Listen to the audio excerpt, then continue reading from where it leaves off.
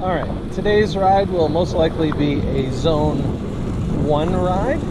I'm still fiddling with position here, and I'm going to let you in on that today. So, if you've been following the vlog, you may have noticed that I've been riding on 152 millimeter cranks, doing some testing, and they did seem decent. But one thing I noticed was right side pressure on the saddle at different heights. So it wasn't one specific height. And a lot of the literature online says shorter cranks will reduce saddle sores. But I was starting to get one more on the shorter cranks. I mean, you get them from time to time. It's part of cycling a lot. But I was like, why is this happening? And Gemini explained to me that I might be rotating my hip a little bit. It was a functional rotation, and it's never really getting fully, I have to read the actual text, but never getting fully extended on one leg, and I'm kind of then going to one side of the saddle, whereas on longer cranks that might not be the case, because I said I noticed it more on shorter cranks. And then I mentioned back near the end of my racing career, I started experimenting with 177.5s and 180s, and I noticed my hips would kind of even out. I would get some right side hip pain, but when I went to longer cranks, they would even out when I went to the longer cranks. And it actually gave some good reasons why. Again, trying to remember the exact science behind it, but I don't have 177.5s or 180s that would fit this bike, but I do have 175. So we worked up a plan to maybe try the 175s back on, which I'm now trying. And I'm definitely noticing something. It said in the first 20 minutes, you kind of notice a change, and I noticed my hip is kind of like on my right side. I noticed it was kind of tight, and it's kind of loosening up some stuff on the right side, which is interesting.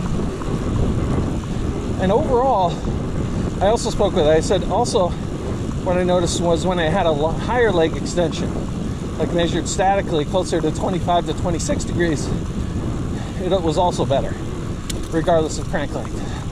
So I went with 175s, and I had that, the overall saddle is lower than 152s, obviously, but I have a more leg extension at the bottom. And despite that, I feel less pressure on the saddle, which is interesting. So one height that I had for my saddle back when I rode 175s, it worked. I noticed this out in Colorado without orthotics was around 74.8. Now I may have to alter that slightly based on the shoes I'm riding right now. These Shimanos are pretty thin, so I might not be 74.8 here. I'm right around that right now. I may drop a couple millimeters, but that's around 27 degrees from full extension when measured statically. So if you add 8 degrees for some natural rocking, you might go up to 35, although I don't know, there's some theories on that, but 33 to 35. So I might be right in the correct zone,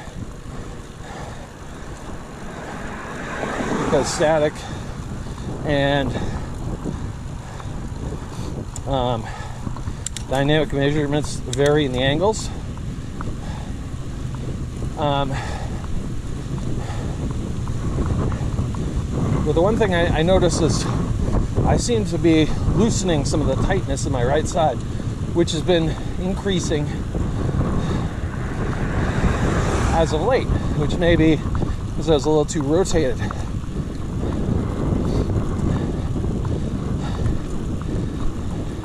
So I tend to get this tightness down my hip.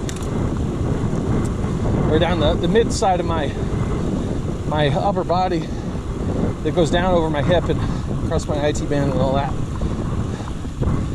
And I'm starting to figure out maybe the longer cranks I do need. This is interesting, despite all the hoopla you hear on the internet. Dial down my exact angle of my leg. I've done the calculations, but I'll take a look at some of the shoes I was riding and look at the pedal stack heights just to compare and make sure.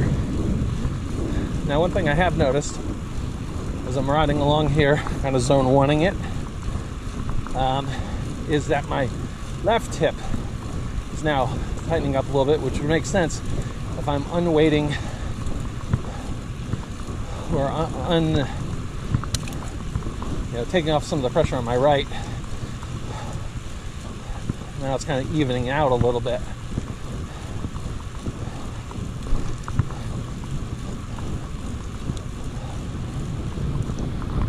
Okay, as I'm more than 20 minutes in now, one thing I notice is the right side saddle pressure is gone. There's a little bit more on my left, more like I evened out a bit. So that's good. I think the hypothesis is working, or my theory, is working. And Jemmy's theory is maybe sure. Now there was I think a touring cyclist. This is old internet, maybe mid 2000s, that had a theory, maybe even early 2000s, that everyone had a crank length where their hips would level out. And if you were below it, you'd go one side, maybe to the right. And if you were above it, you'd start going to the other side, the left. And the funny thing was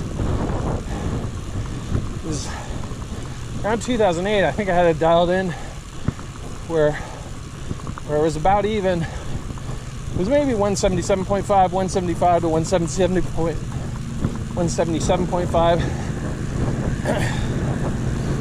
At 180, I thought I had moved myself to the left a little from the right. Now, since then, well, the new theories out there, I've kind of convinced myself that I might have just been imagining things, but Gemini said, maybe you're not, because this is what's going on. I'll have to read that at some point, the transcript of what it said, because it was interesting. I was like, that kind of fits with my experience. So maybe there is something to it.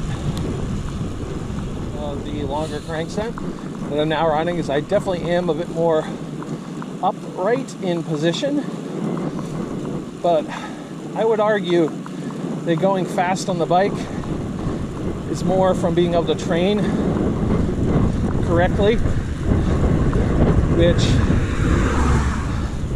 requires you to be on the bike a significant amount of time each week. And I would argue that comfort, so some people are, short cranks are more comfortable, which for sure, if you have shorter length, like, I think for sure. But I would argue that comfort is probably your most important thing getting on the bike. So for me, I'm trying to figure out the hip thing right now, to be able to build fitness. And that's going to be my focus, because honestly, I could care less if I'm riding like a sailboat, because if I'm comfortable, I'm going to be out more and I'm going to get stronger. The cat ones that I knew, you get in a semi-aero position riding, but they weren't superly aero. But back in the day, you could ride 28 miles per hour on the flat. That was good. Now maybe it's a little faster, getting aero wheels and whatnot. But you had guys that you're going to be able to go off the front and win yourself races. And that just requires consistent training, working on tempo, those kind of things, having some good leg strength, good strong lungs, those kind of things, versus, being super bent over on the bike. All right, and with all that being said, I'm going to finish up the ride, and thanks for joining me. Hope to see you on the next one. Bye.